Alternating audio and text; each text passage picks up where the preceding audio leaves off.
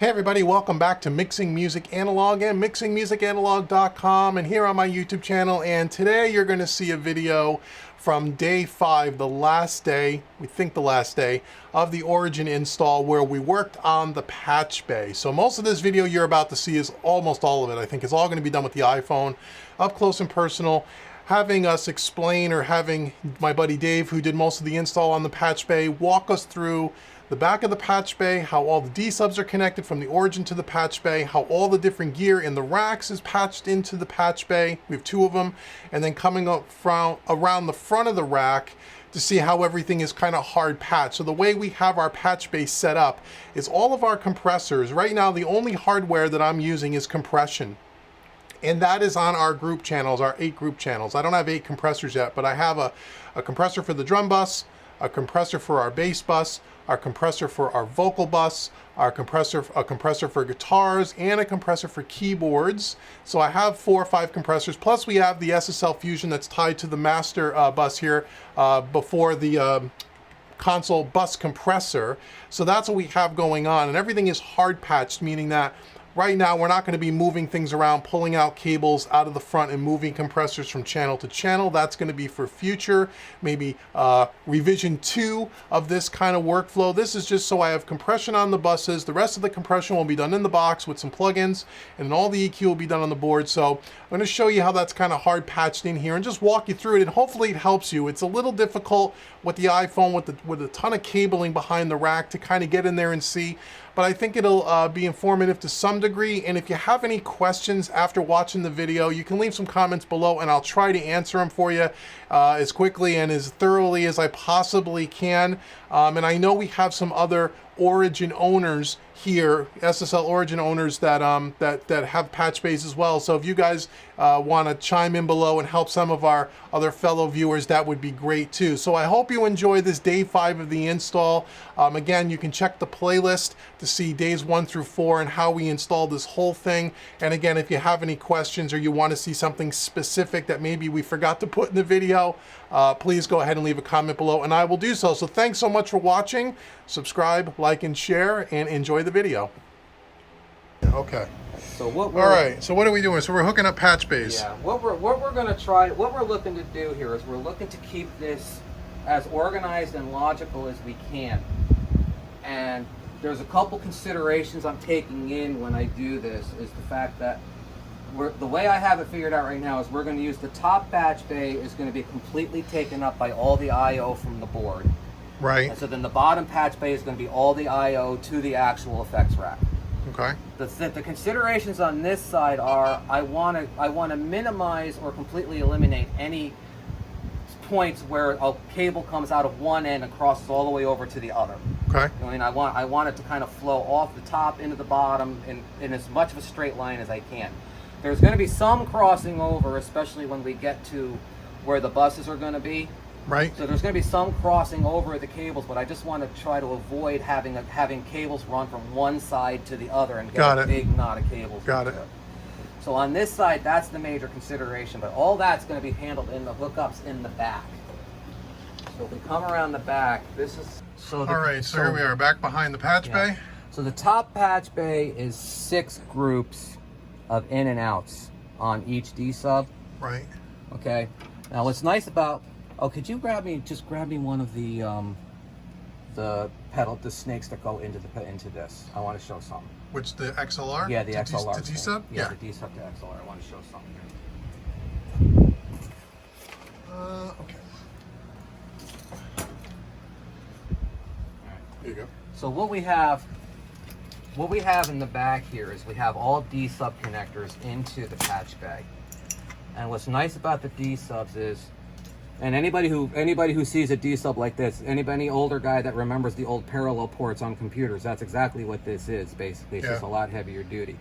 So there's 25 pins in the D-sub, 25 individual cables in the cable itself. Each XLR connector, of course, is a 3-pin connector for balanced input and output. So what that gives you is 8 3-pin groups with 1 pin left over. So you can run 8 balanced signals through one D-sub.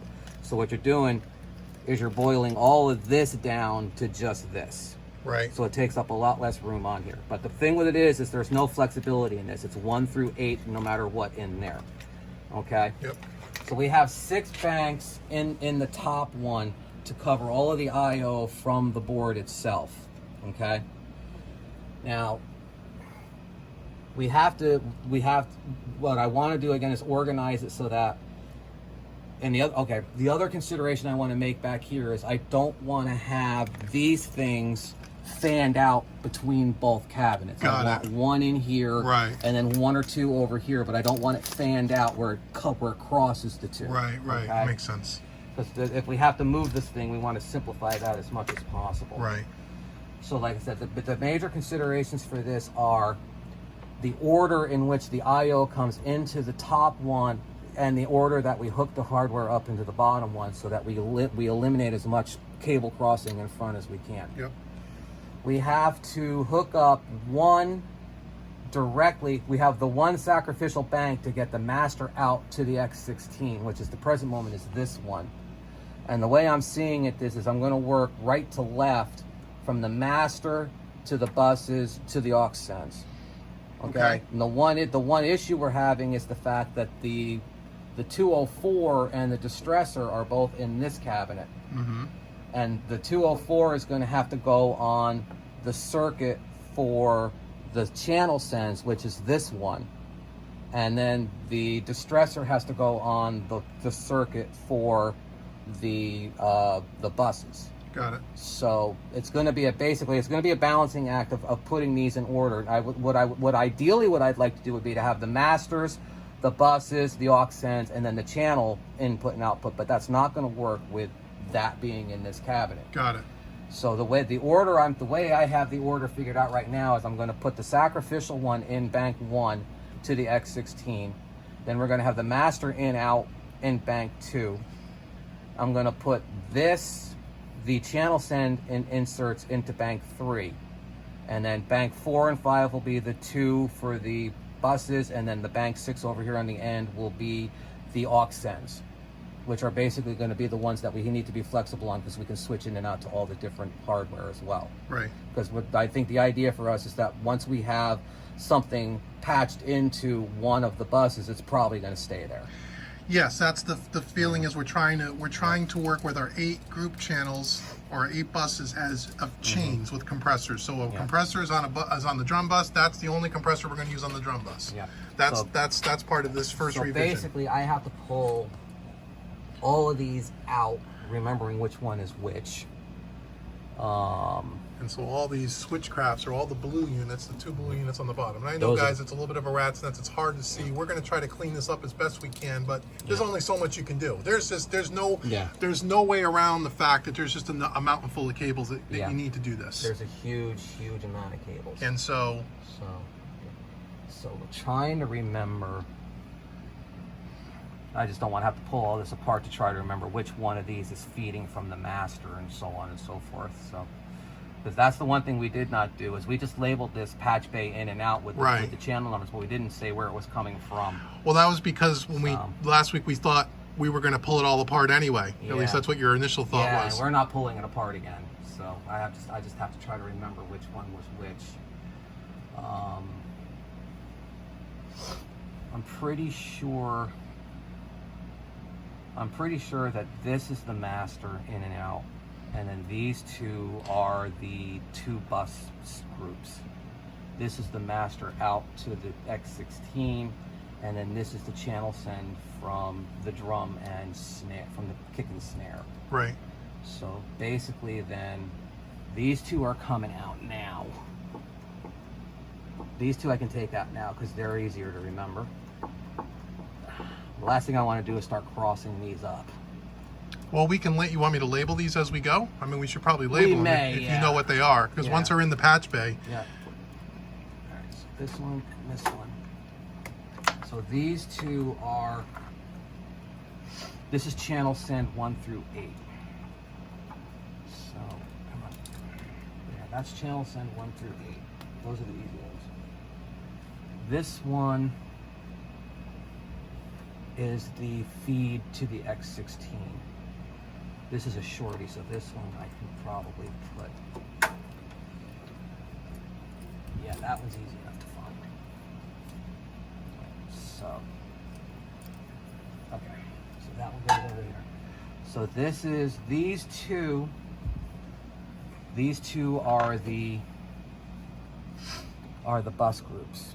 So these two are going to jump. We did label quite a few of those, huh? Oh yeah, we just labeled them which ones they went in, but Right. we didn't label what they were coming from. Don't know how much detail we're going to be able to get this, but we'll get as much as we can. Yeah. And then in the end, we'll go through it. We'll go through it. I'll just try to get the camera in here as close as I can. Yeah, this is going to be a lot of fun here. Right, like that. So you're on film now. Camera's rolling. Okay. So whatever that means. You know what you could do too is if you need me to, if you're not sure which is which and you lightly pull on it, I can trace it back to the console and see what D sub it goes in if you're not sure. No, I'm pretty sure. I know these two. I know this is the master because that's the first one we hooked up. Right. And then we did the two bus groups, so those are going to be over here. The master's going to move over one more to the left because I'm going to just put that sacrificial one to the X16 all the way on the right. Right.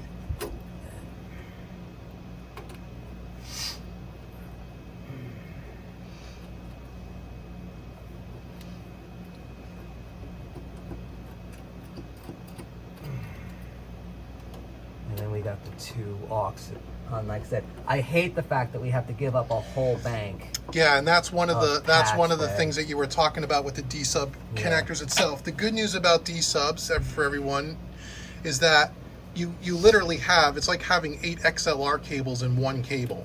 Yep. So it makes the like, you know, this whole big rat's nest of D subs that people may say, oh my God, there's so many cables. Well, if those are individual XLRs or individual TRS cables, 1/4 inches, It would be a jungle. it would be 8. It would be 8 for every one of these D subs. We'd have 300 physical cables back here.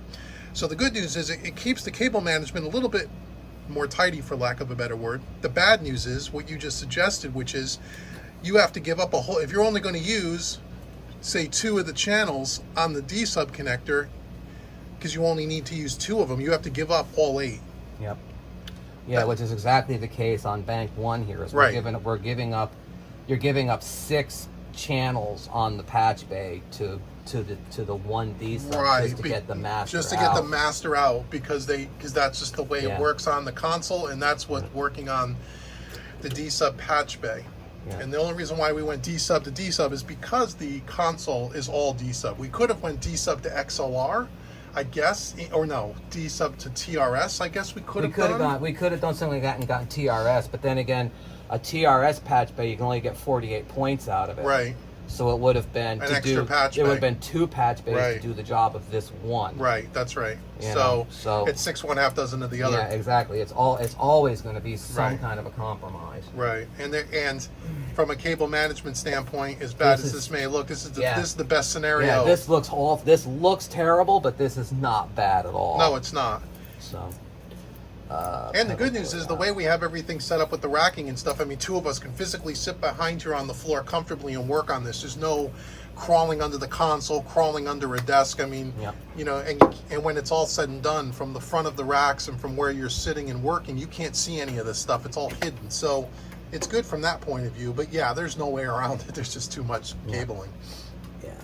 So the way I've got this set up, once I get these 2 in,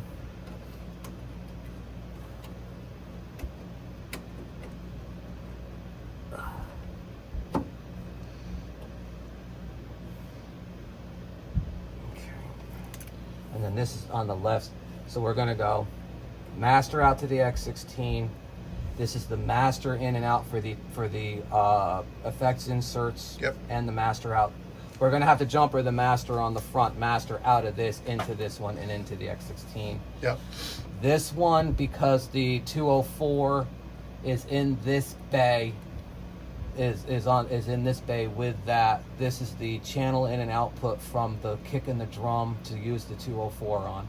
Right. These 2 are the bus send and returns for all the bus effects, and then this last one is the aux in and out for the 4 aux sends on the board itself.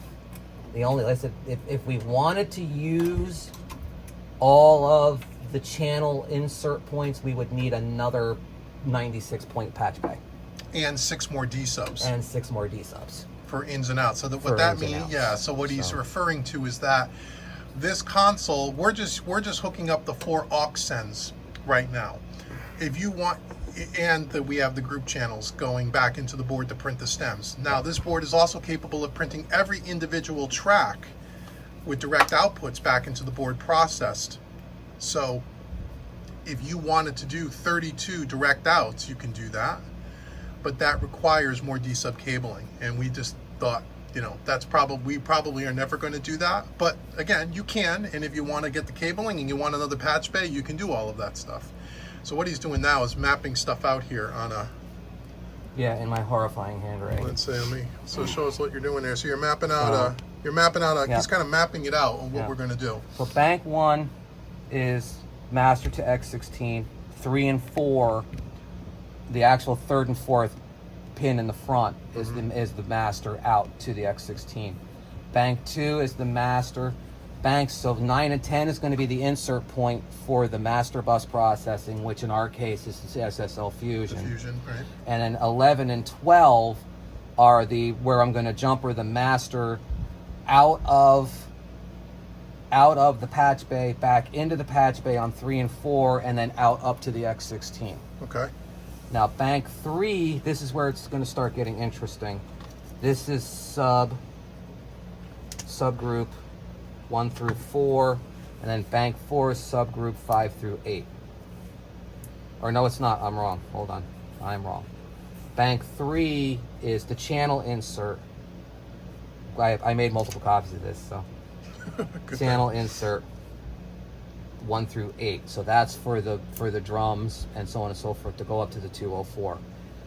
Bank 4 is sub 1 through 4. Bank 5 is sub 5 through 8, and then bank 6 is aux 1 through 4.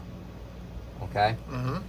Now where we go from here now is then we flip over to the actual patch bay for the effects, and I decide which one is going to come from here to here.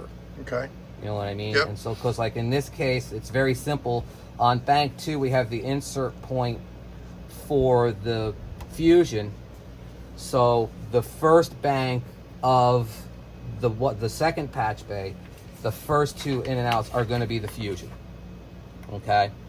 And so then we have to, because we also have to share that set of snakes, because I don't want to fan them out between the 2. Right. We have to share that snake with both the 204 and the distressor. Right.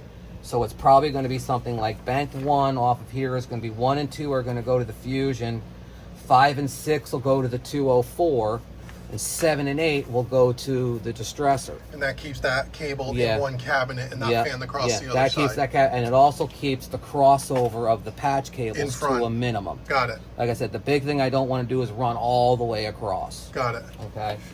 So then bank 2 on here will be the effects over here that are most likely going to be on the first set of subs. So we're going to use the NG bus for the drums. Yep. We're probably going to be using the LA2 on bass.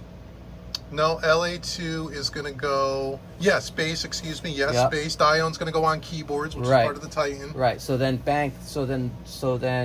we'll get as much on that one as we can, but in the order that we want to use them on that bus. Right. So on bank 2, I'll put 1 and 2 to the NG bus compressor, or 9 and 10 in this case. 11 will be the LA2A. Yep. Which is going to, because we can make the bus send on the board mono. There's a mono button on the bus that's right. send. Yes. So we can make the bass bus mono. Right. And the same thing with feed the it vocal. feed it only to 3. That's right. And bypass 4. So put down 11, bypass 12, 13 and 14 would then be a guitar Just the art. compressor, which will be the ART. Yep. Right? And then 15 and 16 will be probably the Dione. For the keys. Yeah, okay, nope, because I'm wrong on that, because the Dione is in the rack. The Dione is in the 500 rack, which the 500 rack is going to be on bank 4 with with the first 8 from that going into bank 4. Got it. Okay, so again, there's going to be some crossover. Yep. Okay. Because, like I said, we're going to have the distressor up here for the vocals is going to be on bank 2.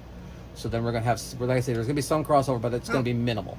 Yeah, and that's fine. Once it's set, it's set. Yeah. When it's not, it's, and then then bank 4 over here, if we even need to use bank 4 at this point in time, will be like the lexicon. Right. For the aux send. Right. You know what I mean? So like I said, so basically what I'm planning on is bank 1 is going to be this cabinet. Bank 2 and 3 will be this cabinet, except for the 500 bus, 500 series, and then bank 4 will be the first 8 spots of the 500 bus. Right. Okay. So that's how we're going to do this. We need a crap ton of cables back here. Yep. So what cables do we need? We need all of these. All right. So we need 3 of each. We need 3 of each to start with, and possibly the 4th. All right. So let me pause this for a second. Then I'll turn you guys back on in a minute. Start. Okay. So we got all our XR. We got all of our D sub to XLR cables, male and female, back here. And again, we'll see. I'm going to start with the 500 rack and work my way back to the All right. right. So let me. If you're going to do that, then I can just take this off like this and hold it like this. So this is input and that's output. So in here is coming out here. Now the other thing to remember when you're doing a patch bag is you want outs to come out the top and ins from the bottom on the front. That's right. That's standard. You want your audio to come out the top of the front of the patch bay and then back into the bottom. Right. So you have to be mindful of the fact that when you're in the back, it's the exactly opposite. the opposite. That's okay? right. Right. So like right here on the NG bus, where this is the 500 rack. Right here on the 500 rack, you got your inputs and then your outputs. Right. Okay. So the input here has to come out the out of the patch bay, which is the bottom row, because that's where you're going in. That's right. That's right. So you remember, everything has to be done the opposite way. So in this case, we're going to go channels 1 through 8, and these cables are conveniently labeled for people who don't wear glasses. Oh yeah, the labeling, the numbers. Yeah. Those are the Procos, I think, right? Yeah, these are the Procos, which they're actually very nice quality. Yeah, they are. So we're going to find 8 and 7. All right, so we're going to start. Like I said, we're going to leave the last 2 unused for now. We're only using, what, 3 slots on this thing right now? We're only using 3. The Dione's is 2 slotter because it's stereo, and then we have the Ecstasy. So right now we're only using 2, but we are hooking up 8 of the 10. So if we get another 500 series unit, we could just pop it in there, and it's already pre-wired to the patch bay. Yeah, and the reason why we're only using 8 is because, as we said earlier, a D-sub cable is a bank of 8. So we're going to leave 9 and 10 slots open because we would have to use a whole nother D-sub just to carry those 2 slots. Yeah. And we will eventually. Eventually I'll probably fill up the thing, but for now we have plenty of open space. So we got plenty to play with. So 4. So what he's doing is hooking up all the XLRs to the end to the 500 rack series. I know it's a little tight in here with the wires, guys, but it's just, there's no way around it. So he's just plugging them in, which is pretty standard. Anyone knows how to plug in a cable. And then from there, he's going to go to... Believe me, I've met people who don't know how to plug in a cable. And then he's going to go from there to the second rack to 1 bank on the patch bay. All right, so then this goes in. And he doesn't want to label it, so let's save this for historical reasons. All right. So down the road, when he has to pull it apart, like we have I said, to label when we it. pull it apart, we'll label it as we pull it apart. And he's going to say, what idiot did that? I'm going to say, you were the one that said don't label any of this stuff right now. And my standard response would be, who, me? I wasn't here. I wasn't here that day. So that's okay, because like I said, none of this stuff is going to ever become a part. And if it does, because we add more stuff, then we'll label the patch bay at that point. Even like I said, 5-footer, there's not a too huge bad. amount of slack there. No, okay? and that's just going to hang down. And it's actually, like I said, kind of nice that it's just kind of open and easy to work with. Yeah. So okay, so that's that one. I need. Now you need a. I need a female. Oops. Yeah, they get tangled up really fast. Here you go. Sorry about. It's gonna grab that. Oh yeah, good luck trying to untangle all of that. Well, it's gonna have to get done. Yep. You wait. Come on. You got it. There you go. All right. I don't know if I said it before yet, but a certain level of being a consummate planner and serious OCD helps a lot in doing patches. Oh yeah, big time. This is a planning. This is a planning thing. Yeah. I mean, you really got to take the time to map all this out. Yeah. And be able to logically think your way through it and keep track of all of it. And that's why you mapped it out on paper and you've gone through it in your head 50 times trying to figure it out. Yeah, it's like you gotta make sure that everything. The biggest thing too is panning. You want everything to go left and right properly too. Yeah, if you correct. cross one of these Right, up, then right. you're gonna be panning backwards. Right. It's just like if you do this job half-ass willy-nilly, excuse my French, it's not gonna go well for you.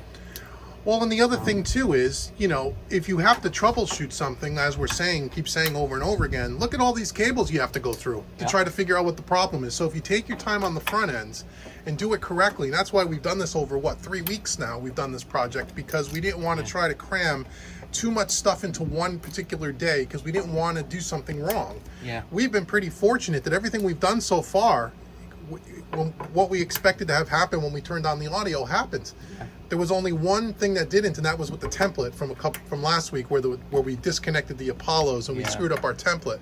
But that was only about a 30-minute setback, and after that, UA punished us pretty hard there. After that, though, we've been pretty, and it's because of all the planning and rethinking about this over several weeks of doing this before everything showed up, planning this out. So, Ooh. so this is going to go into one of the. Again, I know you guys aren't going to see that too well, but it's because of all the cabling. But just Yeah, here, let me borrow the camera a second. there you go. This is what I'm trying to put this into right here.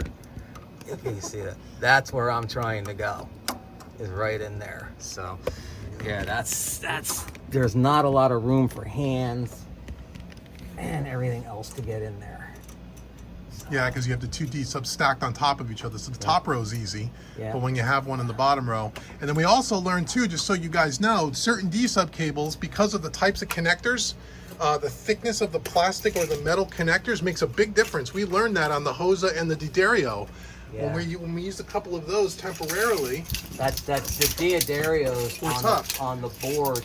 The D sub connectors on the board are too close for the D'Addario Right, so cables. what we're talking about is this. So this They are connector here, now fine. these Procos are actually nice thin profile. You can see that by the side. Yeah. These are nice. The Jumper Z's are the same way. Jumper Z's are a little thicker, but they're nice. The Planet Waves and the Hosas, they're much thicker and they're plastic.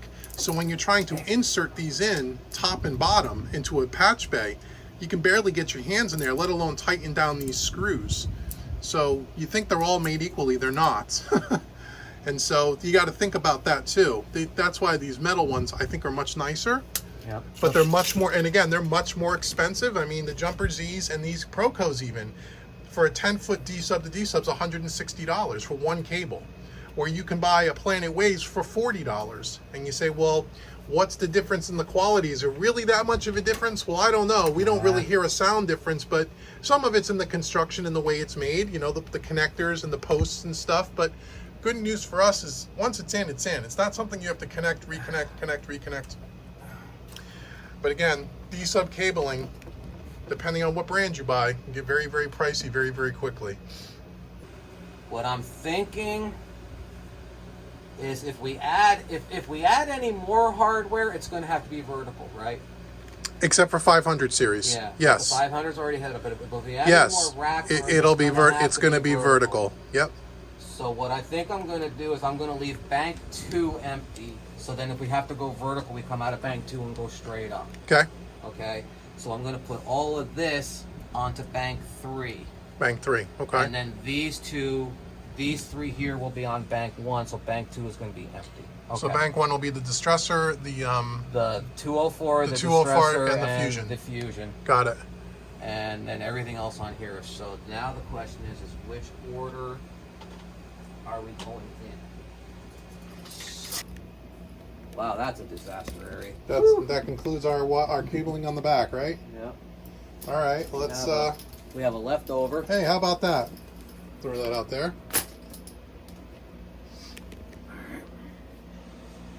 Okay, let's. Once you get all that written up, we can come around the front, review that, and all. Okay. Got it. So now we're on the patch bay. So the patch bay is now completed, front and back. and after a little bit of troubleshooting, we got everything wired up and everything is working. So Dave's going to take us through. They already saw the back. Well, we'll go around the back again, but they kind of saw us hooking everything up for like 30 minutes. Now it's like, here's the front. Yep.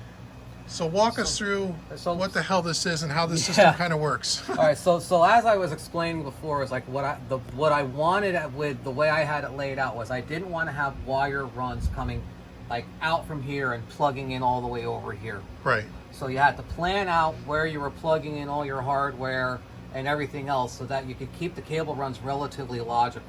Right. So what we did is the top patch bay. This is all the I/O from the board.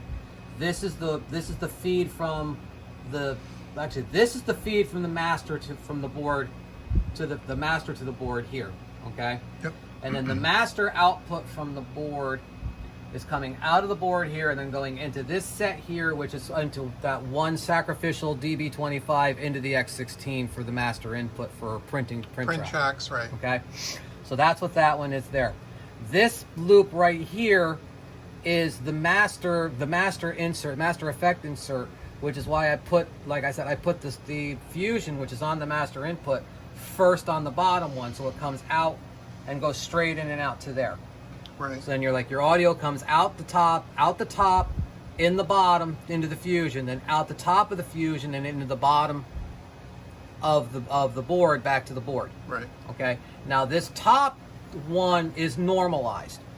And what normalized means is that if there's nothing plugged in to one of these pairs, the audio actually flows in and then back out to the board. Right. It's very important on the buses, because if you're not plugging anything into the buses, like there's nothing in the percussion bus. Right. If this was not normalized, this would actually interrupt the signal and you wouldn't hear anything on the percussion bus.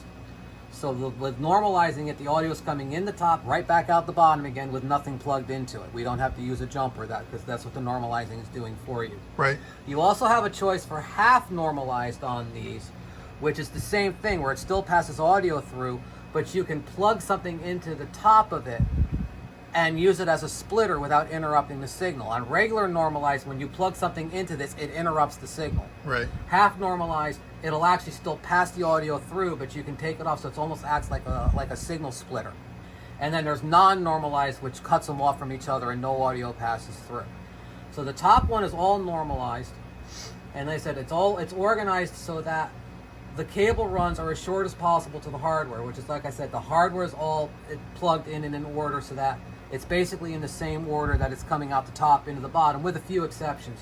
The worst offender is the vocal bus here, because the vocal bus is number 7 on the board, so that's down here at 37, 38 on the patch bay. But the distressor that the vocal's running through is on this one, on this rack, which is on this set here. So it had to jump from here over to here and then back again. That's the longest. That's Right. the longest jump we had to make. Yep. Which is tolerable. Like I said, I just didn't want to jump all the way across in multiple times. So it's relatively neat. Yep. And that again, way. it all stays patched. We're not. This Yep. is everything is hard patched, for lack of a better word, right? Yeah. So Yeah. We're not going to keep repatching things. We've basically decided what goes on each bus, and it's patched in and it's done. it's done. So, like I said, it's always a possibility that at some point in time you may want to say, hey, let's try the LA2A in a vocal, which is simply a matter then of just pulling the vocal patch and plugging it into the LA2A slot. Right. And so on and so forth. But like that's something that we'll try in it as experimental. Right. The one thing we did not accomplish today, though, was the auxiliary sends. That's right. We tried the auxiliary sends, but for some reason or other, we're not feeding audio into the lexicon to find out if it's actually working. We're not sure how that's working yet. We have to talk to SSL and see how exactly this is supposed to function, because it's not functioning right now. Right. And for that matter, we're actually the auxiliary sends are actually taking over the audio on the board. I'm not sure why that's happening either, so we have to figure all of that out. But as far as the patch bays are concerned, they are completed now. Everything is all plugged into it.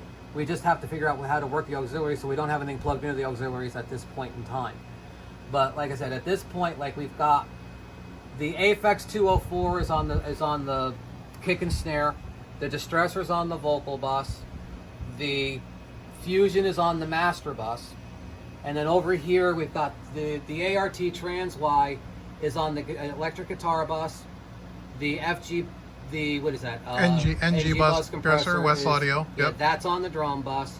The Dione is on the keyboard bus. Yep. And the LA2A is on the bass bus. Right. And we're going to leave all of them hard patched as they are now. For now. Yeah, the next battle is going to be gain matching all of this stuff. Right. So we were able, so we were able to do some of that today. So we got all the gear is working except for the Lexicon. Yep. Right now. So we got everything kind of dialed in, and we've been playing with it a little bit, and it sounds pretty good. We're just, it's going to take time to tweak it all in. Mm-hmm. And then if we go around the back, we're done with the front of the rack, right? Yep, we're done on the So if we go around the back, here's kind of tidied up wires as best as we can get. And again, it's, zoom out a little bit, this is actually not bad. I mean, I thought this was going to be a lot worse, to be honest. And so we showed all of this earlier, where all the patch bays are down here. You can see the blue units, those are the patch bays. And then all the cabling that comes along and everything gets patched into the gear. All these white cables are all the D subs to XLR going to all the different pieces of gear. And then it kind of just comes down here, and there's just one big, which will, we can cable tie that a little bit, and it just all goes right around to the board, which you guys saw in other videos, as the last couple of weeks as we've been wiring up the board. And yeah, so it's not so bad, not bad at all, really. We got some HDMI cables and stuff going to the monitor, and that's what we're looking like as far as our cable management for now. The good news is you don't see any of that from the front. Well, very little of it, Yeah, and so there we are. So there's the rack. The only other thing we did not do yet, I'm still waiting for the rack ears, is to get this UFA in play. It's hooked up, it works, but we're just not using it yet. And that's really it, right? That's it for the patch bay. Yep, patch bay's done.